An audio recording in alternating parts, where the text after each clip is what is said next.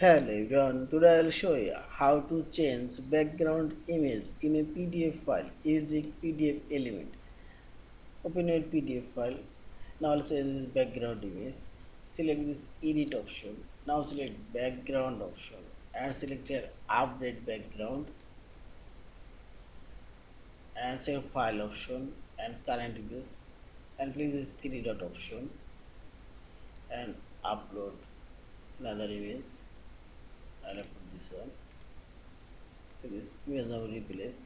You can make it absolute scale or proportion of page, and also you can see this image opacity. See this and simply select apply and see this our PDF file background image now sense, and finally select this file option, save or save as PDF file. Thank you for watching. Subscribe, like, share and comment.